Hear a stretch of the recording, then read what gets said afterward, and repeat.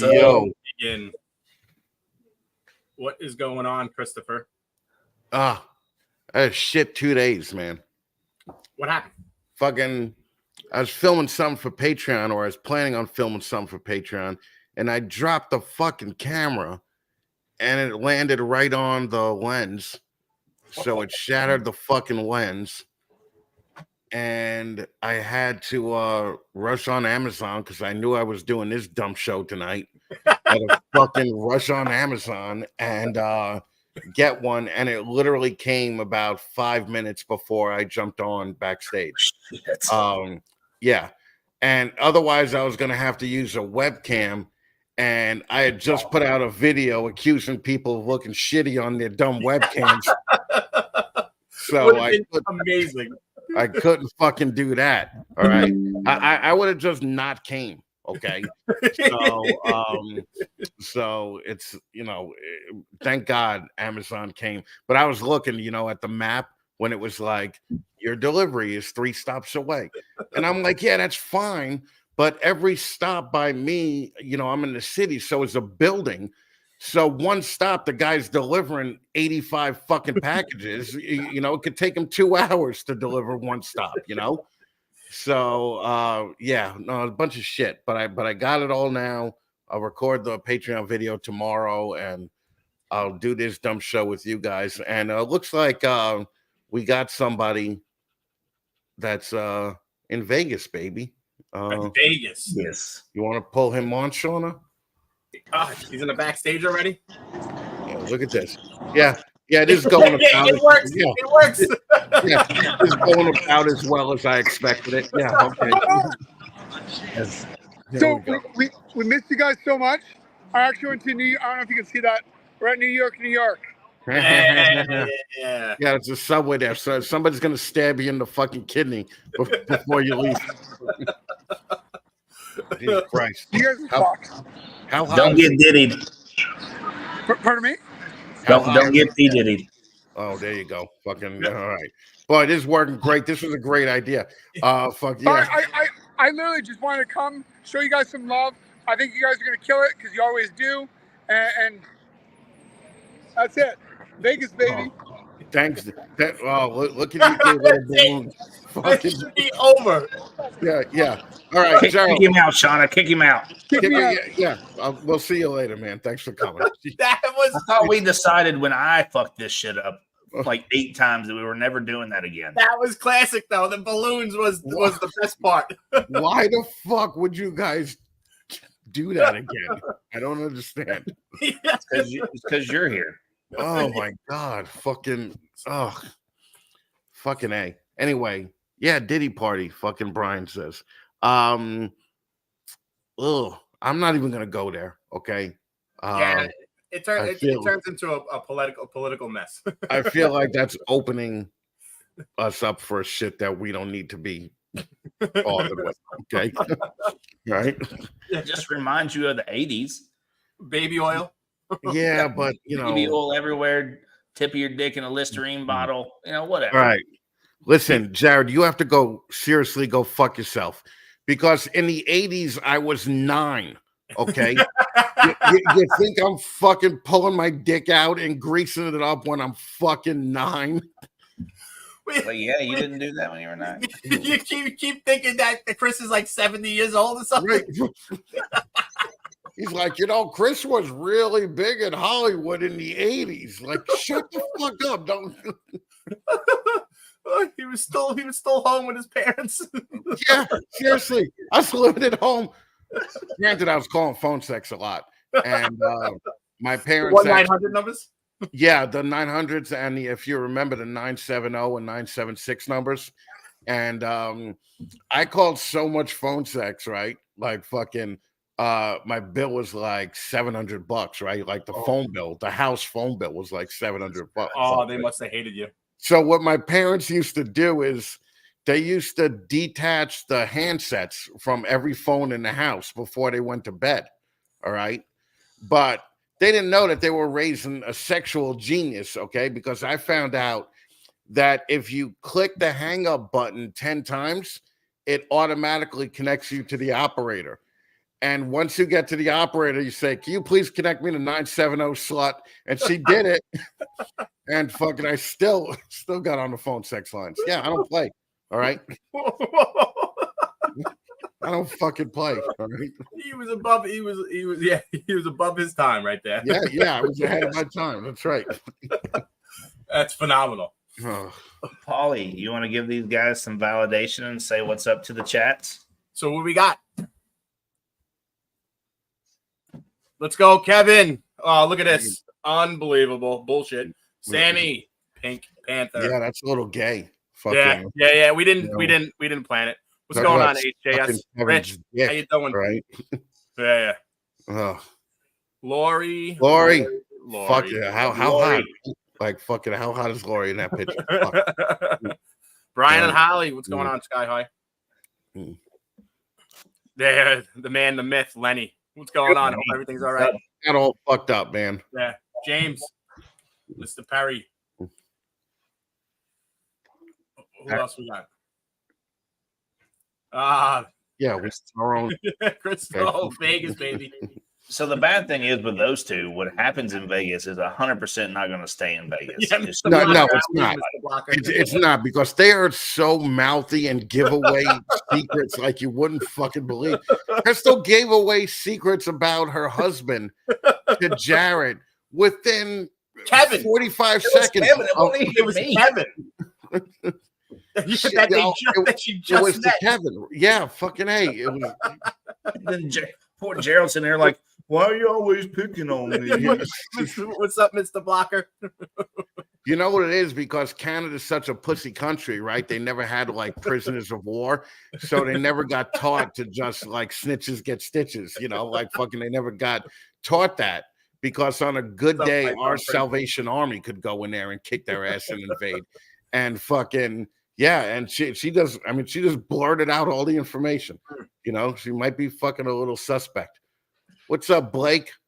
Fucking, we talked to Blake on the Zoom call or on the non-Zoom Zoom call. Oh, yeah. Hey, Allison, how you doing? The better half. We're Sammy. Fucking Sammy. Fucking Jesus Christ. Fuck you, Gerald. Yeah. Better make some money while you're there. Yeah, did you even ask? Is he gambling down there or no? I think he said he gave money away already. Yeah. I think he's working at Chippendales while he's there. Well, I would be at they do the Australian show, right? The Australian strippers. He could get in on that. He could dance around, fucking. They could hop in his shorts like a little baby kangaroo and fucking skip around. That could happen. Oh Christ. Look at this. We got Ron Heisenberg tonight. Okay. Yes, we do. See, I'm here clicking shit, but it doesn't fucking matter because I'm not in control of this chat. So, not the good Heisenberg. Sean, to bring up Ron's last comment. Okay, we'll just wait. Okay, yeah. No, there are no Puerto Ricans in this chat, fucking Ron. Just so you know, if there are any Puerto Ricans, it's because you brought them. Okay, but we tend to we tend to get one Puerto Rican every now and then, and that's every now and then he'll jump in. Yep. Yeah. Why can't Brian be here to translate for us? Brian's, yeah. What do you think? Ron doesn't speak English? You fuck. Like you are so racist. All right. You just assume that the guy doesn't speak English. He was born in New York, man. I was just reading the comment. I don't know what the fuck that says. It says ayudos a todas. It says tacos, burritos, enchiladas. Chimichanga. Right? Oh, oh, look, fucking Sammy's Puerto Rican. Yeah, that's right. Sammy, what the hell does that even say? He's a handicapped Puerto Rican. Yeah, fucking yeah. Holy What's up, Sammy? Oh, what's going on with you people? Jared, you got fucked this week, huh? Yeah, man. The weather was stupid. First time a hurricane destroyed half of fucking Tennessee. So yeah, it's I'm seeing Tennessee getting no love from everybody. Everybody's worried about Florida, South Carolina, and Georgia. Yeah. All right. So the world is sending Tennessee a very clear message. Okay, they just do not give a fuck. But you know, I think there's a couple of people online trying to get some donations and shit made. And speaking of donations, Shauna, can you just pull that up and Jared explain it to everybody? Yeah, so everybody in the chat, if you guys want to scan that QR code, that is the local college up in Johnson City, Tennessee, East Tennessee State University. All the sororities and fraternities are gathering money up. They're getting water and blankets and generators and fuel and stuff, and they're taking it to the people that were hit hardest. For you guys that don't know, we had 3 dams break in the North Carolina and East Tennessee, Northeast Tennessee area, flooded out, destroyed complete cities, complete towns, just devastation. I think we've still got 200,000 people without power. They're still missing, I think as of today, almost 400 people have not been accounted for. Just a real tragedy there. Keep everybody in your thoughts, prayers. If you want to donate $5, $1, whatever, send it to Braxton. He's my buddy's son. He's up there. He's in the school, and they're donating and helping out. So take a screenshot, whatever you guys want to do. Come back and see it. Help these people get a little bit of relief. Well, maybe if you guys are lucky, we'll get Trump down there to hug a few paper towels at people, and fucking that'll help you guys out, because seems to have worked for Puerto Rico. Okay, so maybe Trump could take care of that in Tennessee. So, all right, let's see. Who we got? Ron here tonight. Do you just want to bring Ron on? Let's just bring Ron on. Just bring him on. Let's throw him to the wolves.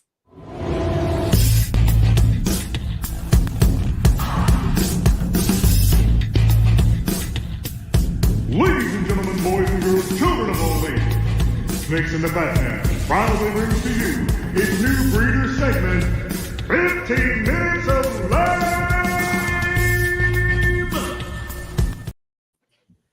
You had to throw in that paper towel joke. Oh, you know I did. You have no idea how insulting that is. I mean, like, you can't walk into a supermarket here and actually just, you kindly hand the person next to you a paper towel that they asked for you. If you throw it, you're gonna get thrown out the supermarket. I mean, like, I carry very comfortably my rolls when I come up from Costco's and stuff.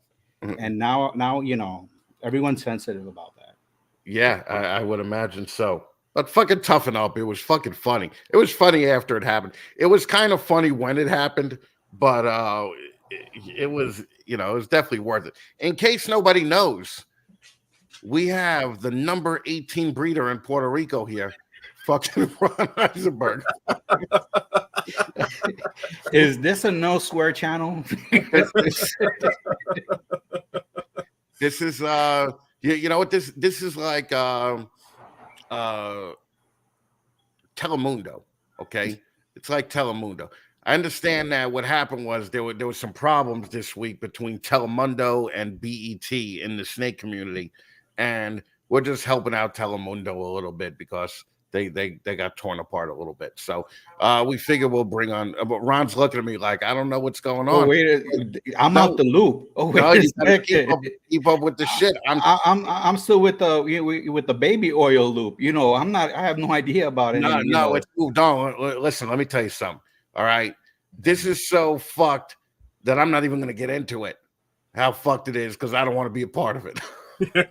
Oh man, because if I'm part of it, the racial slurs will fly. Okay, so I don't want to be a part of either one. All right.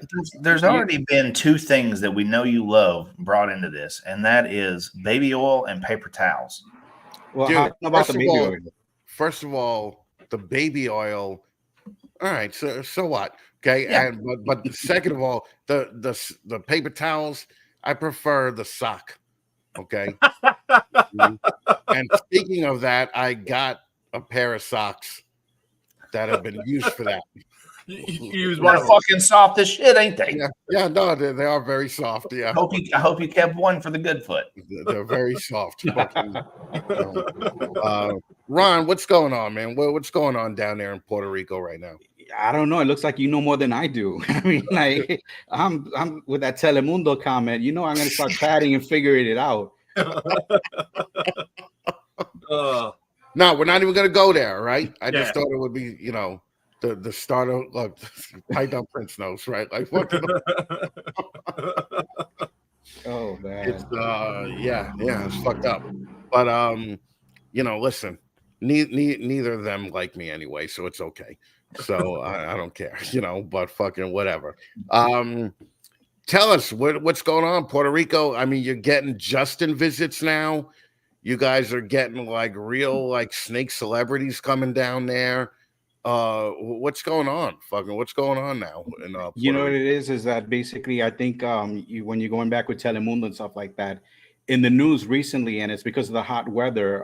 There's a lot of not even say retics. I'd have to say red tail boas, BCIs. There's some berms that are basically making their way out, and people are freaking about it, and it's actually coming out on the news. So now you got guys like Bob Vu. You got all these people coming down to Puerto Rico, and they want to, you know, catch a Burmese or a retic or red tail and stuff. And let me tell you a funny story. Bob came down here about like a month and a half ago, and that first night I was like, you know, I know a place where we could probably, you know, catch some snakes and stuff. It was like an hour and a half drive. The thing is, the fog was so thick, and Bob was in his car. He'd had a rental.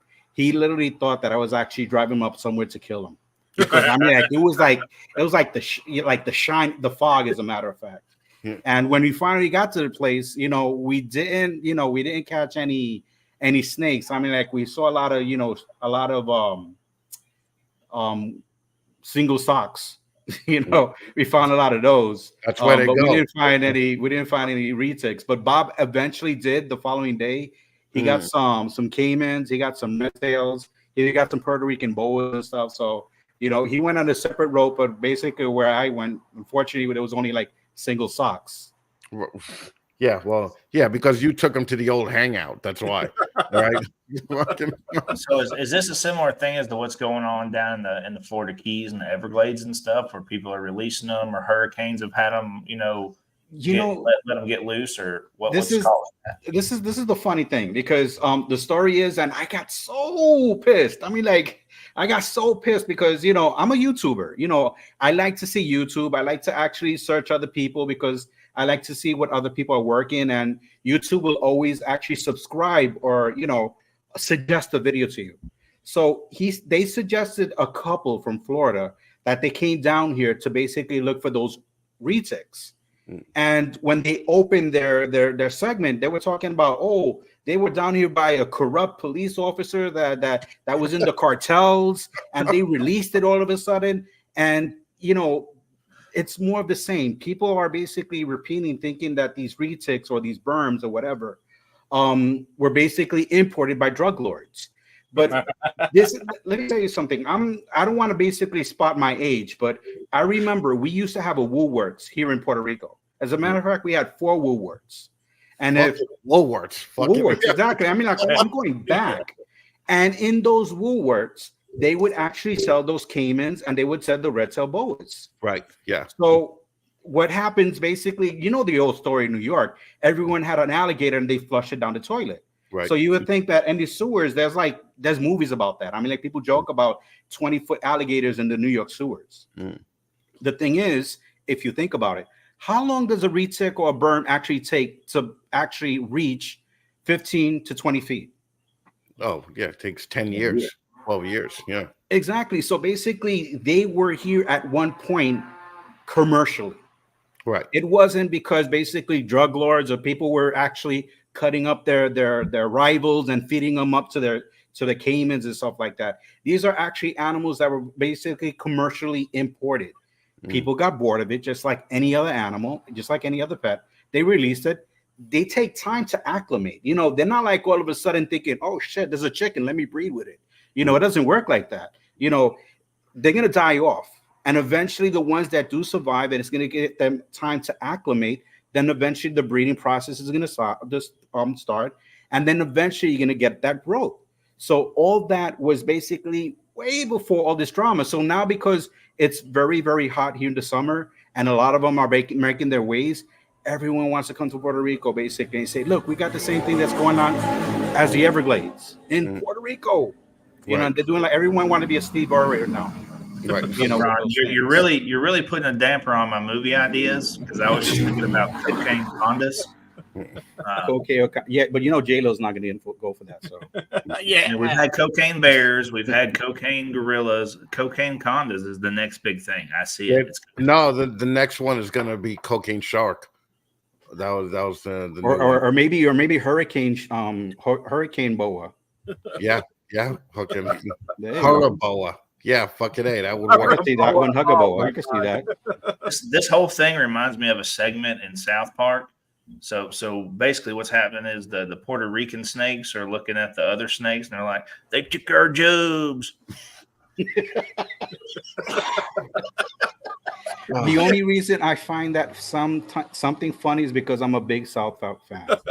And I use that line with everything. It basically applies to every single thing. Everything. They took our job. Yeah, but the thing is that fucking what Gerald doesn't realize is Puerto Rico's part of America, right? Like fucking it's yeah. So they didn't really take our jobs. They just came over here and started working.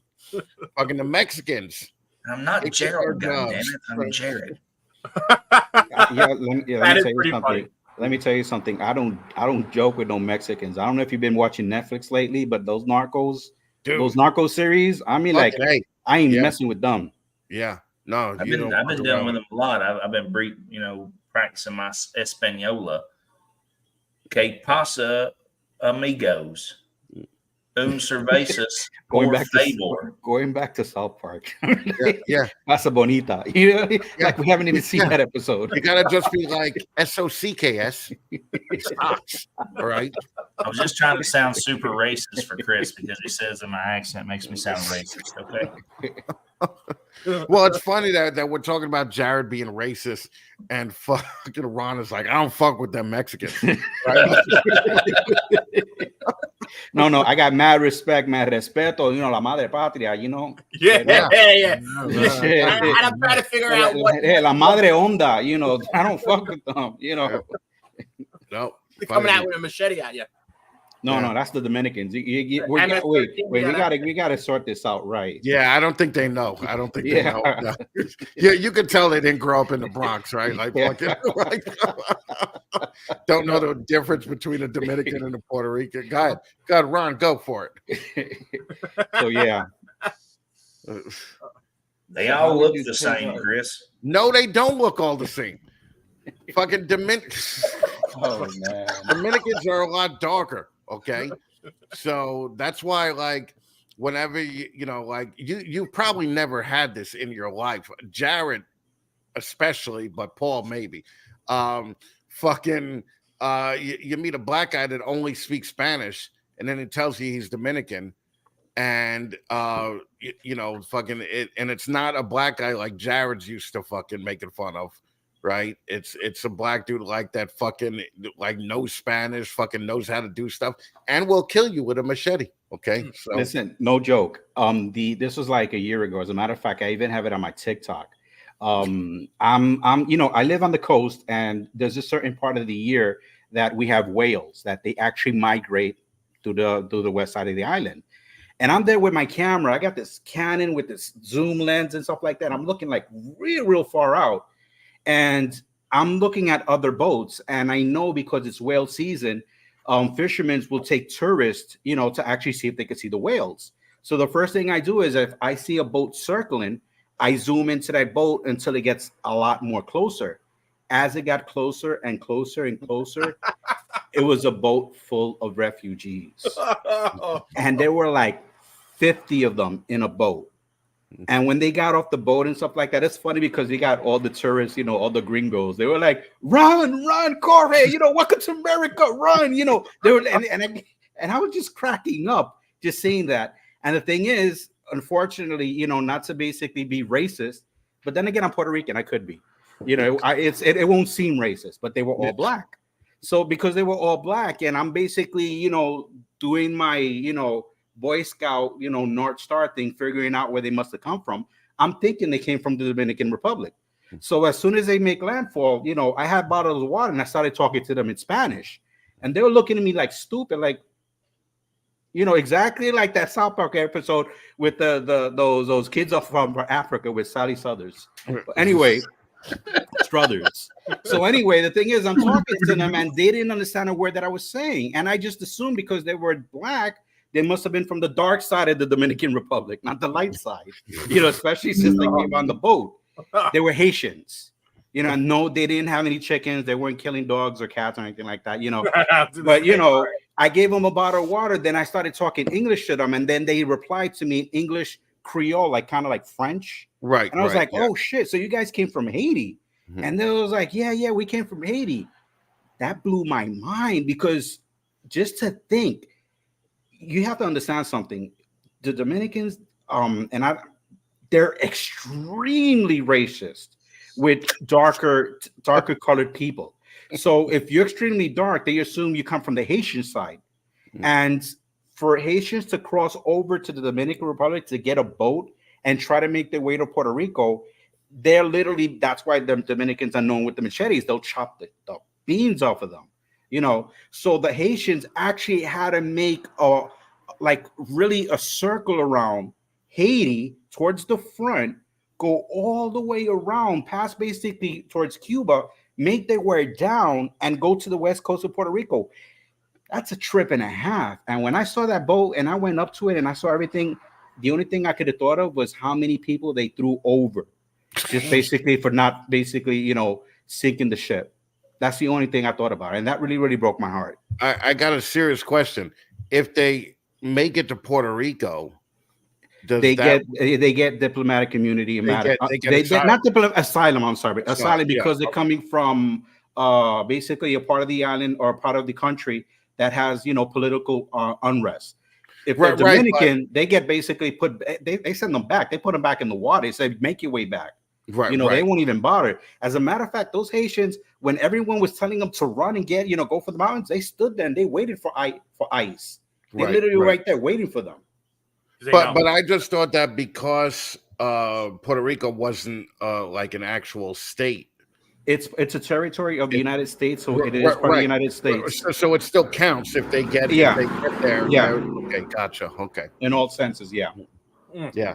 Yeah, no, it fucking sucks, man. It's I was watching somebody where he was talking about like the Mexicans and the South Americans coming into America.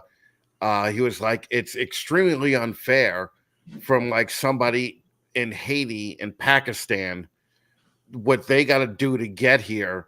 And all you got to do is hop a wall 12 miles away from your house, you know?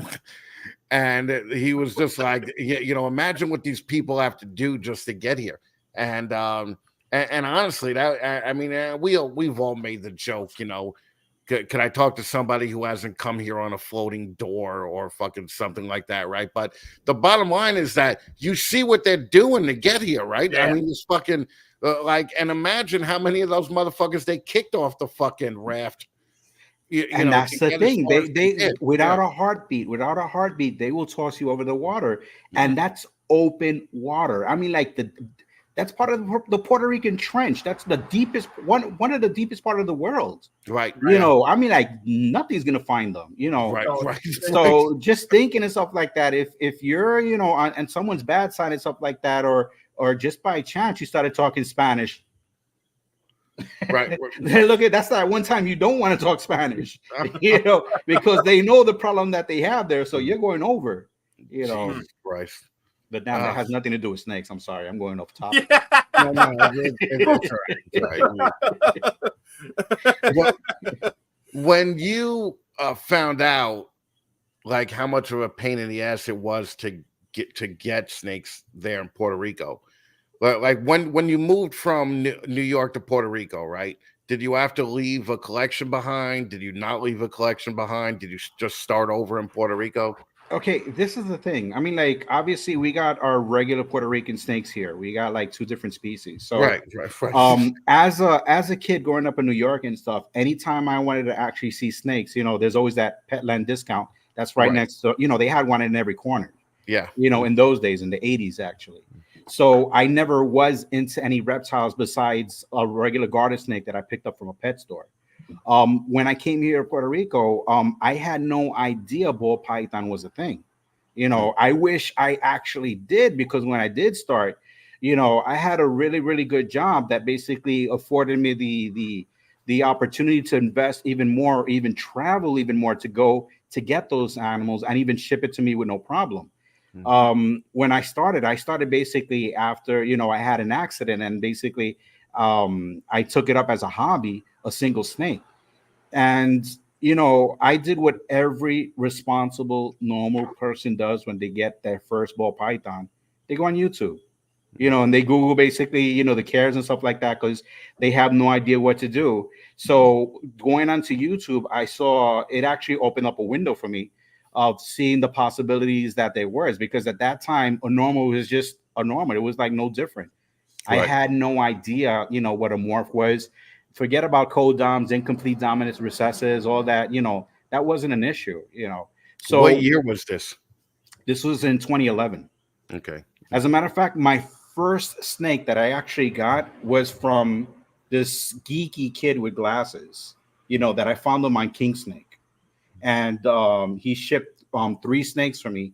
And I had no idea who it was. I just randomly picked a guy that I saw on King Snake that says he would ship to Puerto Rico. Right. Turned out to be Justin Kabilka. No shit. Yeah. So he was my very, very first import of snakes that I actually got here in Puerto Rico. So it wasn't really that hard. It was basically, he was already doing it for other breeders way before me. Like I said, I was a late bloomer in all this.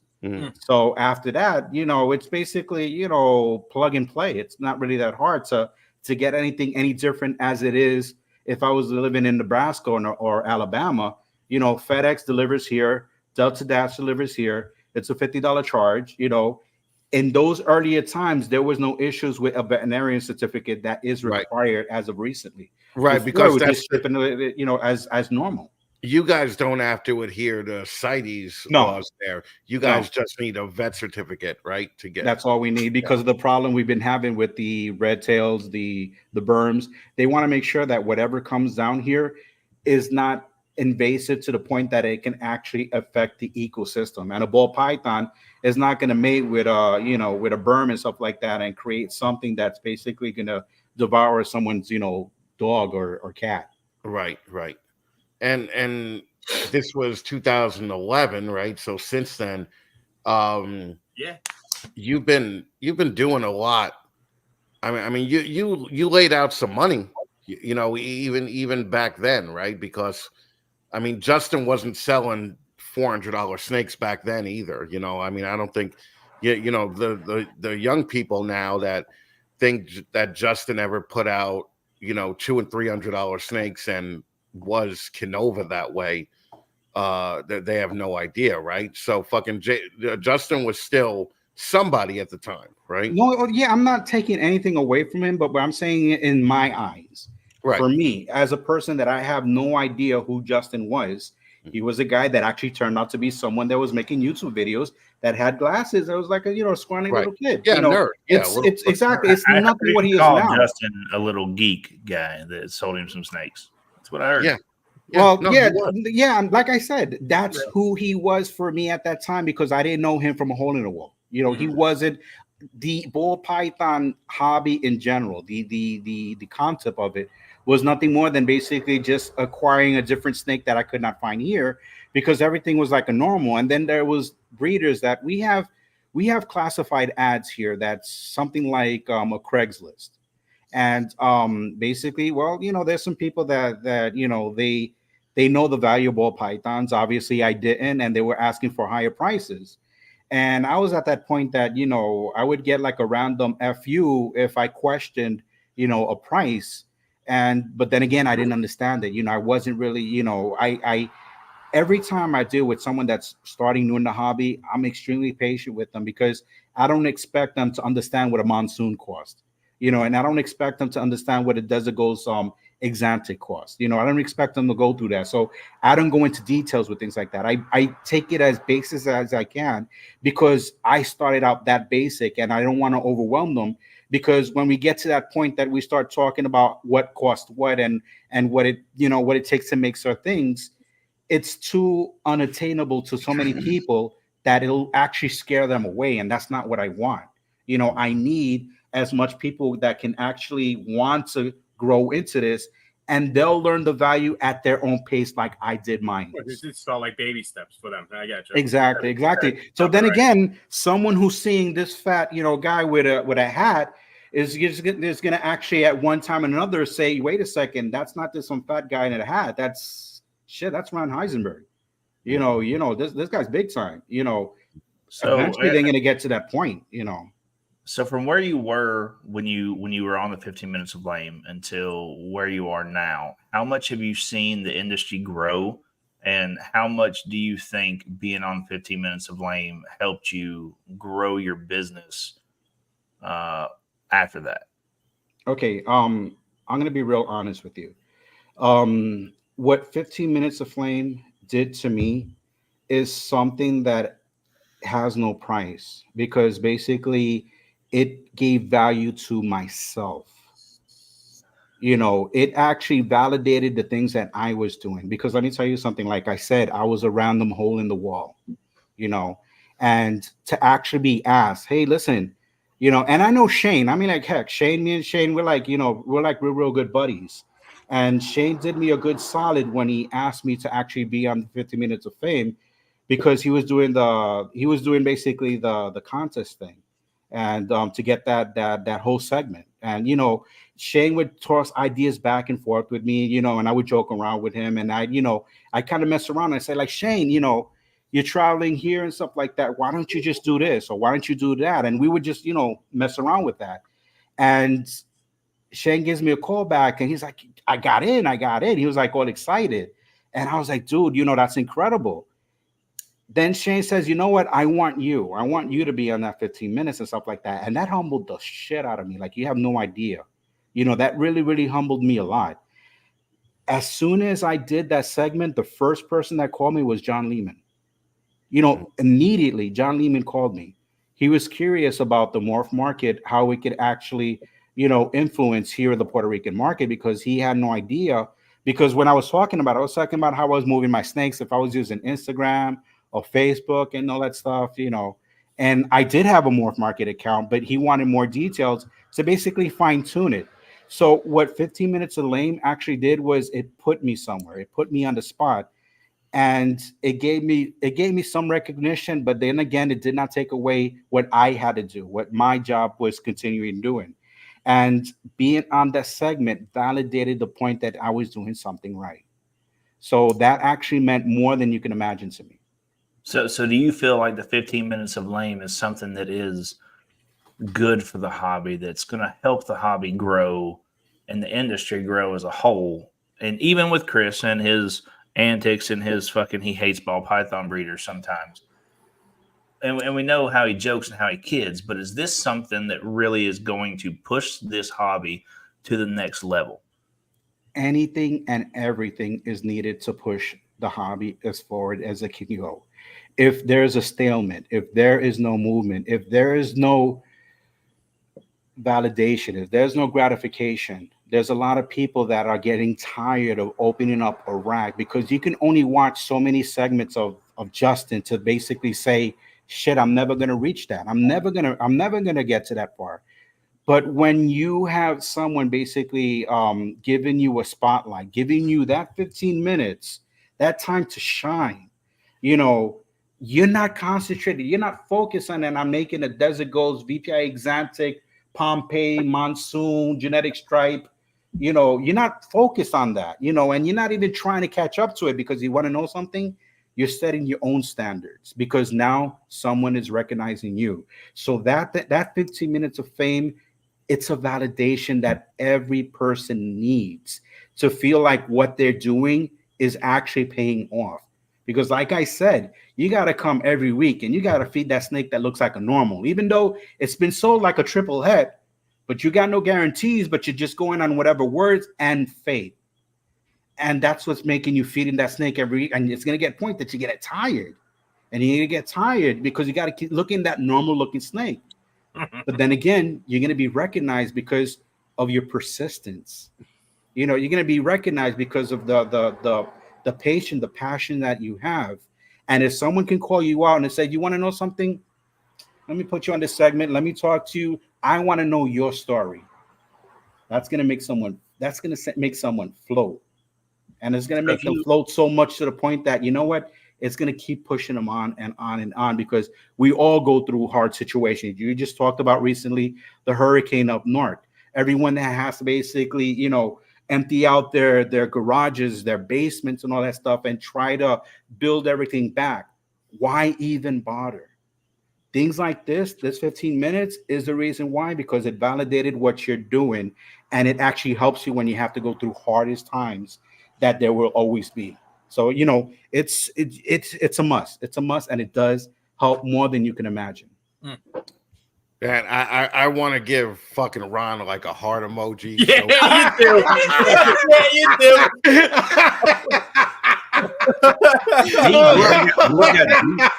Ron just gave that thing an endorsement. Like, you guys were doing this show. You guys have been doing this show for 6 months and haven't got me a quarter of that endorsement yet. Okay. And you won the fucking thing. All right. So fucking man, Ron, that was incredible. All right. That was the wrong winner. I was listening to that and I got the goosebumps. I'm like, wow, this is absolutely amazing. Let me just give you, what's up, Papito? Ron for president. Let me give you a little side joke, because not even a side joke, a little inside story there. Since Chris doesn't want to spill the tea about the Telemundo thing, I want to actually drop something else in there. 2 weeks ago, you had Jamie Cadell, and you had her on your Lamest, and they were talking about the segment, and basically everyone was running in, and someone dropped out. That person that dropped out was me, and I actually wrote an email to Chris. There's something that I feel that actually helps the hobby is projection. You know, if you can't sell a story, no one's going to be interested. If you don't have that passion, if you don't have that drive, you know, it doesn't matter if you do make that Desert Girls, VPI Exacted, Pompeii, Monsoon, whatever, Gorilla, Zebra, it doesn't matter. If you don't have the passion to actually, you know, promote that, you know, and share that, you know, it's not going to reach, no one's going to care. And when Chris was running that segment, you know, I was going through the most incredible hard time in my life. As a matter of fact, I even went off on Chris at one time, you know, that basically, you know, we had like a little exchange. Yeah. But it was because basically, no, what was great about that is I forgot about that, and Jamie reminded me. Yeah, Jamie, I saw a few times. As a matter of fact, I even came. Well, anyway, the thing is I dropped out because there was no way possible I could find that passion. There's no way possible I could have actually expressed anything positive towards what I have, because what I was going through. So I wrote Chris and I told him specifically, listen, I got to drop out. I can't do it. You know, good luck to everybody. You know, I really wish everyone the best. You know, everyone deserves to be there and all that. And, you know, I withdrew from it. So I was that person that Jamie was actually mentioning, that someone actually did withdraw. That smug thing that she was like, whatever, you know, it was a big deal for me. It was a real big deal for me. The thing is that Ron dropped out with a reason. Well, like, it was after Ron told me the reasons that he was dropping out. There wasn't a way that I could be like, fuck you, man. My contest is more important, right? Like he had the most legit reason. He wasn't like these other dudes who were trying to pay people off to get votes or try to fucking bribe people for votes. Ron had a serious, like, life-changing fucking thing. And was it Puerto Rican Wi-Fi, like Brian? Yeah, it was. It's one of those things that you don't joke about. Yeah. Seriously, fucking Jared's all fucked up. Yeah, fucking. Oh, now I'm the asshole for joking about serious shit. Yes, you're the asshole now. But yeah, it was fucked up. So, the thing is that Ron at least had the balls to be like, or the not even the balls. He was a gentleman, right? He fucking said, listen, I can't, I can't run in this. This is why. Okay. The other people that, oh, fucking A, my girl Emily, fucking throwing those kisses, baby. Yeah. All right. That's a standard thing now, Ron. I don't know if you noticed, but all of this really does something for me now. But fucking right. I think it's more this that gets right. Yeah, like fucking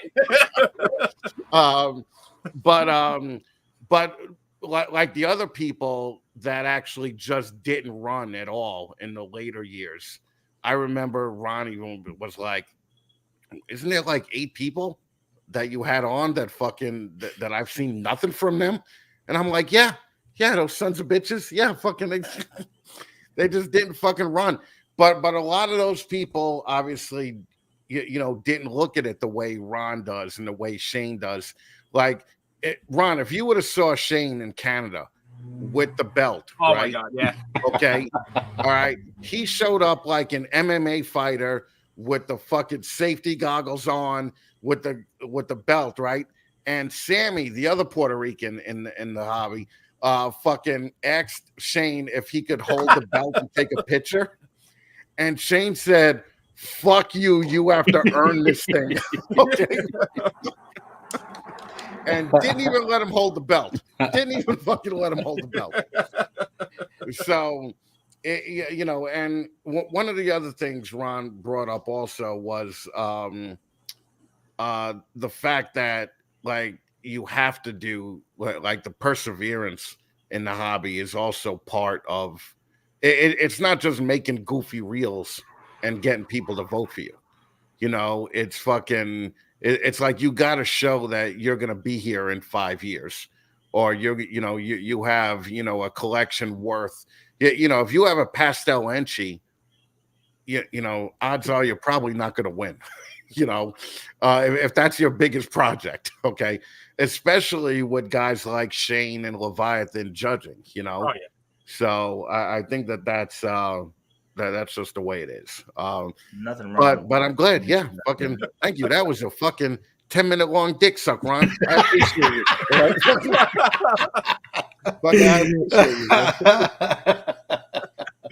We what's funny is we were totally gonna make a joke about the argument that we had. Chris, you got to understand something. You keep forgetting, and that's what I find it so funny. Dude, I grew up in New York. In New York, you had to survive your mama jokes. The only way you could survive your mama jokes is you got to cut them before they get the chance. Right. You got to make fun of yourself. You got to jump in there. You can't give up. You got to take away that leverage.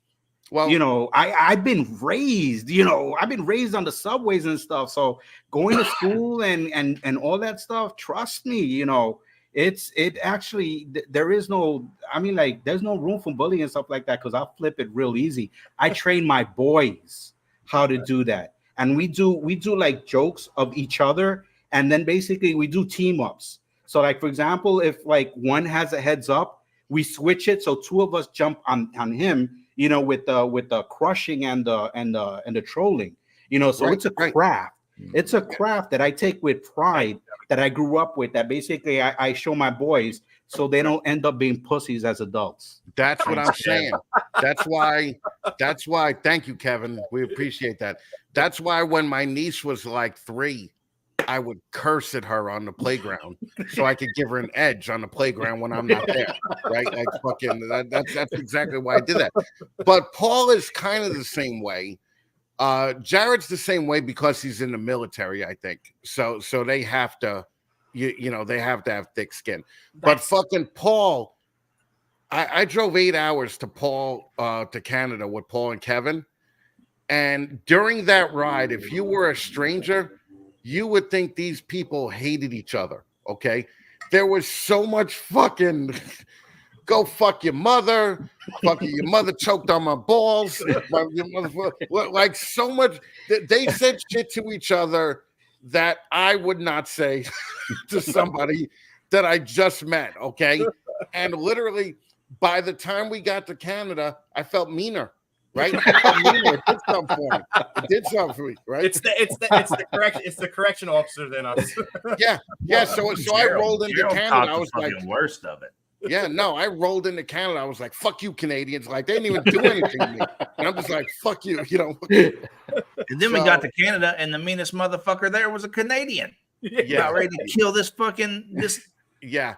Yeah, that was funny guy. Too. It was like it was like just a mean day. I think that after Paul, Kevin, and I got out of the car, we just had that aura around us. But like, you know, when people just come into your circle and they're like, oh, fuck this guy, you know, and you're like, yeah, fuck that guy, right? So we had a guy from Canada curse out a hotel hostess who there was a problem with the hotel, wasn't even her fault. And he cursed the shit out of her, right? So yeah, it's kind of like a thing. And like, for instance, whenever I get together with Brian, there's never like, I love you, boo. You know, there's never one of those.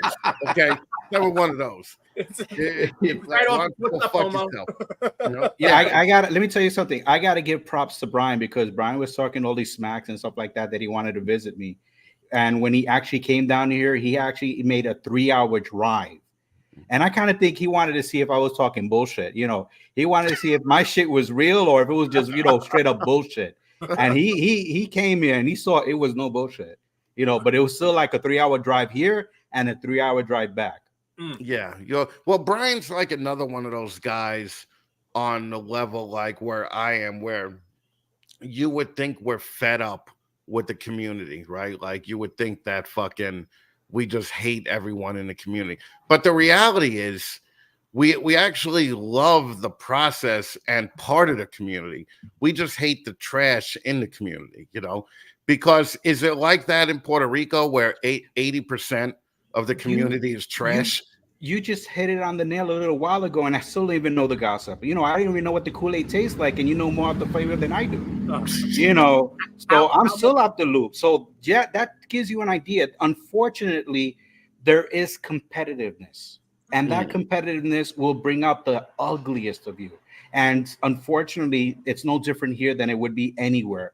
You know, especially with this hobby. I mean, like, I'm not going to sugarcoat this. I really am not. I'm going to say this is like a kumbaya thing that people, you know, they hug each other and stuff like that, because we all know you go to the expos and stuff like that. Then when you go, you curse the shit out of the person saying, you believe this critchy motherfucker actually went up and took a selfie and put it up on Instagram with me, motherfucker. Right. It happens everywhere. You know, it happens everywhere and stuff. So the way that I personally persevere against that is something that I was taught from the very beginning when I started working with ball pythons. My ambition towards this is not on par or is not needed the support of anyone else but my own. And that's what actually makes me stay here longer, because someone's always going to have an issue with someone else, and then they expect you to choose sides. So if you don't choose sides, it's the exact, and if there's any Puerto Ricans still in this chat right now, they know exactly what I'm talking about. You could be from New York, but you're not a Puerto Rican. You could come to Puerto Rico, be a Puerto Rican, and you're not a Puerto Rican. So you're in the middle, because you either don't speak English and you're not American, but you are American, or you come to Puerto Rico and you don't speak Spanish, but you're Puerto Rican, but you're not Puerto Rican. So you're in that middle place. So I find, unfortunately, you know, I have to maintain that way, staying in the middle and avoiding any gossip that anyone is going through. Only focus on the projects that I'm working on, because at the end of the day, those are my results, not what someone else actually pulled up or someone that had decided basically to pal along with that just didn't get along with the person next to them. Well, I think Antoine said it to me best. He goes, if I fucked with nobody that people told me not to fuck with, I would have nobody left to fuck with. Okay. because you know, and that's really the way it is. You know, it's like fucking, you know, every one of my friends, there's definitely a person in the hobby that they can't stand. Okay, but odds are 9 times out of 10, I'm friends with that person too. So whenever there's an issue between the two, I'm just like, yep, fucking figure it out. Be men and fucking figure it out, and just don't go through. But there's a lot of bitches in this community. Okay, I mean, like an ass ton of bitches. Okay, so you know, like whenever I go to Arlington or Tinley, I have motherfuckers that I know hate me, that are just like, yo, you mind if I get a picture with you? And I'm like, yeah. Exactly. I'm like, yeah, all right. Yeah, and then while we're taking a picture, I'm like, oh, so my mother could go fuck herself, huh? Like that. And I'm like, smile, you know, like fucking. So yeah, I'm like, rub one off on that spare sock you have with my picture. Good luck with that. Yeah, Chris, rub one off with that spare sock you have with my picture. Dude, I'm gonna rub one off, right? I've actually rubbed a few of them off. And, you know, it's I a rubbed a perfect few picture of of them his face. off, right on your face, right. Which right, my face, right or on the Paul's face. face, Gerald's face, or all three of us? Yeah, but I aimed for yours. Right? But that's what I imagine you doing, dude. That's what I imagine. Yeah. Without a screen protector, so you know he's committed. Yeah. No Let way. me take the glasses off. I got a video. No, I like the glasses on. You look more sophisticated, bud. Yeah, this way it doesn't go in the eyes. You know, I mean, from what I hear, that shit burns, right? Like fucking, that's the kind of thing it goes. But yeah, fucking. So now, Ron, 5 years from now, what do you plan on doing? God, man, you always ask me these questions that has like a long answer. I have to go back to something that I saw one time that I was very, very inspired, and it was with Garrick Meyer. Garrick DeMeyer actually, way back when I started keeping ball pythons, obviously going on YouTube and trying to figure out what I was doing, talked about, you know, what he's achieved, you know, with the ball pythons. And one thing that stood out to me is that he actually was able to put 4 of his children through college. And I always said that I had certain goals that I wanted to reach, and I reached some of them. And one of the goals that I have is basically doing exactly what Garrick DeMeyer actually said, is helping my son finish college. And remind you, this is a hobby that sometimes no one else wants to help you, you know, within the family or friends. It's something that's just totally on your shoulders. There has to be a reason behind it. So 5 years from now, I really want to see that I was able to achieve that goal in life with this hobby, to be able to do that. And then from there, scaled back a little bit more. Obviously, I'll have a lot more high end. So I'll be more like Ozzy kind of mentions, that he's like a boutique breeder. So I figure I come to that point that I'll just basically breed for things just for myself, you know, just to stay active. But my goals are basically focused at, you know, and I've achieved a lot of things through this. So that's why I got to say that this actually has more value than you can imagine. Well, and did you ever have the Justin dreams as opposed to the, no, I want to do, you know, like, but like, I think that the trend in the hobby has went away from the, I want to be the next Justin, and that, hey, I made 80 grand extra this year in ball pythons. That's pretty good. You know, I think you want to know something? There's never going to be another Michael Jordan. I mean, like everyone wants to be the next Michael, you know. There's never going to be a next Justin Gaboka. You know, these are basically pioneers. These are pillars that basically but everybody said there's not going to be another Ralph Davis, and now we have Ralph Davis. Let me tell you something. Ralph Davis is always and will be a legend. He's a legend. He will always be a legend.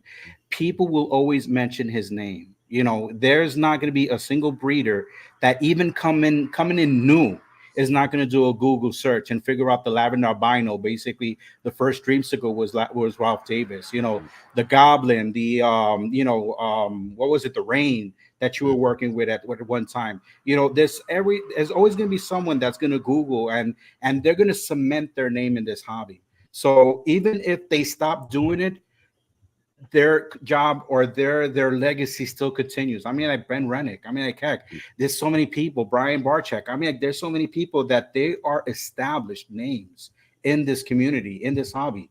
And I gotta say, I'm not striving to be the next Justin Kabilka. I don't expect to be Justin Kabilka. I don't expect to be the next Ozzy. You know, I'm Ron from BBM Reptiles. I'm from Puerto Rico.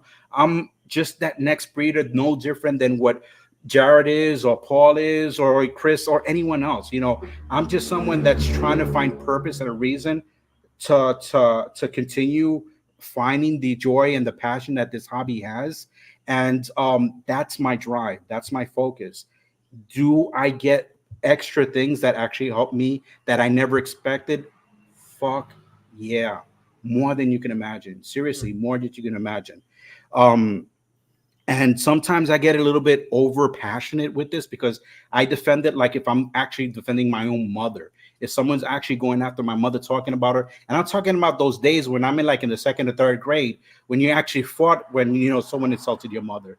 Not when we grew a skin and start, you know, those mama jokes had no effect on us. But the thing is that I've gotten back so much from the reptile community. I'm not even talking about locally here in Puerto Rico. I'm talking about in general. I had like an outreach that you cannot even imagine. And again, going back to that comment that I made, I was just a hole in the wall. You know, 15 Minutes of Fame put me up there and stuff like that. And, you know, I love that hole got bigger. Speaking of moms, Paul's mom's pretty hot. She loves me. Yeah, you know what's great about Paul's mom? I meant to tell Jared this. Fucking piece of shit, man. Paul's mom followed me on Instagram. Yeah. That's right. Marvin Santoriello loves the fat man. That's what I was like. And immediately I went to go see any pictures, right? And I was like, huh. My mother's 84 years old. Leave her alone. She's a saint. She won't be a saint after Chris talks to her. Well, Ron, thank you very much for doing this. We normally like to keep it for about an hour. Yeah, I understand. Thanks for coming in and talking this shit. And listen, I can't even rip on you after that 10 minutes straight of fucking keeping my dick hard. Fucking, I love you, brother. Fucking, you're fucking awesome. I wish you nothing but the best down there with all those fucking paper towel catchers. Okay, so fucking just knock it out of the park. Fucking, I'm gonna have Kenny on in the new year. So we'll be showing Puerto Rico some new love too. So, but thank you for taking the time, brother. I appreciate you, man. Thank you very much for asking me on. I really do appreciate it. You got it, man. For people that don't know you, they don't know where to find you. Pimp your shit, man. Where can people reach you? Like, what's the best way to get a hold of you? Look at your stock and stuff like that. Okay, guys, it's real easy. If you go to Instagram, BBM_reptiles. You can go on my Instagram. In my bio, you will see a link tree. In a link tree, I have TikTok, I have Facebook, I have Instagram. I got 2 YouTube channels. Uno se habla español. And basically there you get all the information that you see that, you know, what we're working with down here and the cook, because it's all about the cook. Dude, you fucking having fucking TikTok? Damn straight. What you think? Ever since we're talking about peeing on bums, you know, I was like, fuck that. That's my next thing I got to do. You know, Chris said to do it. Fuck it. I got to do it. Jesus Christ. All right. Well, thank you again, Ron. Everybody go follow BBM Reptiles, BBM_Reptiles. You should take that underscore out. Yeah, and either way, you'll find it in there. I mean, like, it's not that hard to find. BBM Reptiles. Right. Go follow BBM. Ron, thanks. You can hang out backstage. We'll be back in 10 minutes. If you don't feel like it, you don't have to. It's up to you. Don't worry. I'm here. All right, brother. Thank you. Right, thanks again, Ron. Peace. Take care, guys.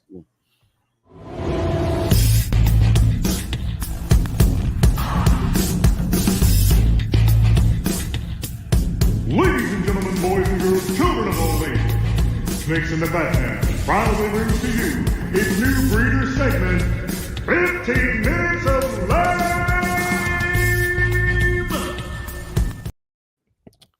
Yo, how great was that? So this is the thing. There needed no Blake, question, thank you. no questions for him. He laid out everything like for you and for this the 15 minutes. He has the passion, let me tell you. Yeah. He rubbed off, he's pretty amazing. Super passionate, man. Yeah. He's always fucking he's been like that even when we had our little tiff. But fucking I like this new Ron. I may hire Ron to do fucking some like Spanish versions of my shit and fucking just have Ron in the corner like signing shit. Now but that's sign language. Yeah. Well, it doesn't work that way, Chris. Yeah. Well, the great thing was that Brian Bodie fucking DM'd me yesterday morning, I think, and he was at some concert, right? The Killers. And they had a fucking What up, Dwight? An interpreter on the side of the stage, right? Like hand signaling the words of the song. And then when there was a guitar part, he would play guitar. And then when there was a drum part, he would do the drums. And I was just like, yo, listen, all right, I'm all for handicap rights and all that now, right? But how many deaf people are going to concerts that you require to pay this guy every fucking show? Like for what? If you got 20,000 people in there, 2 of them are probably deaf, right? Like fucking, why would they even fucking do that? It's pretty.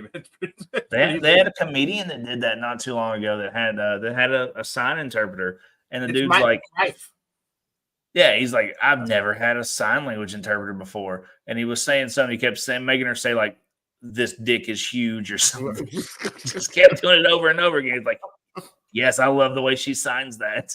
Yeah, but I could see that with a comedy show, at a rock concert. I think it was like Sublime. No, it was the Killers. Oh, was the Killers? Okay, Yeah. right.